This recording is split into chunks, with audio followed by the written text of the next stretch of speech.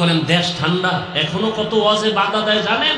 লিস্টিতে রাইখা দিছে, একদিন ধর্ম প্যান্ডেলে ইচ্ছা রকম ধোলাই করুন, আরেকটু ধৈর্য ধরে দেখি কারা আমার মাহফিলে বাধা দেয়। যে বাধা দিবে ওই ওসি, ওই প্রশাসনের কেউ জড়িত থাকলে নাম গোষ্ঠী শুদ্ধা, এরপরে আমি ধর্ম প্যান্ডেলে। আমি এখনো ধৈর্য ধারণ করতেছি। ওই প্রশাসনের ব্যক্তিকে যে বলবে ওয়াজ করতে দেয়া যাবে না, তাকে চিহ্নিত করতে হবে গোটা দেশের মধ্যে যে আসলে প্রশাসনের নামে সে দালাল হয়ে বসে আছে।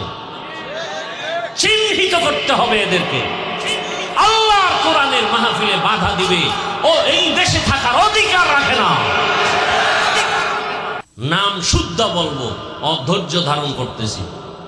আল্লাহ হেদায়েত দান করুন।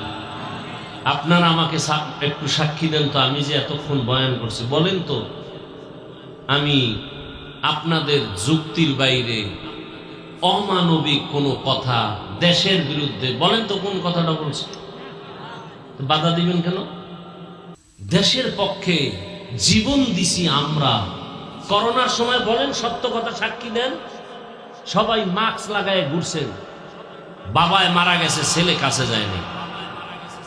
কি সেই সময় শত শত করোনার লাশ আমাদের টুপিওয়ালারা কাঁধে নিয়ে গোসল করায় জানাজা দিয়ে কবরে রাখছে। একজন হুজুরও করোনায় মরে নাই। আর সেই হুজুরদেরকে আপনারা বাধা দিবেন? তাহলে কি আন্দোলন করলেন, কি স্বাধীন করলেন?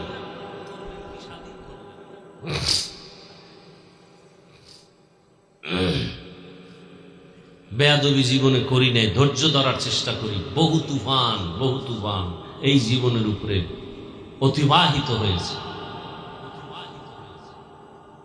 শুধু মিথ্যা অপবাদের গ্লানি নিয়ে পর্যন্ত টিকে আছে। মিথ্যা অপবাদ। ওই 2 দিন আগে না 3 দিন আগে কোথায় বয়ান করছি, এই আয়াত দিয়া বাইতুল্লাহ হজ নিয়া শান্তি গরম হয়ে গেছে একদল বেয়াদবদের। আর লেখাপড়া করো, গবেষণা করো, এরপরে তালাশ করো এই বয়ান কোথার থেকে।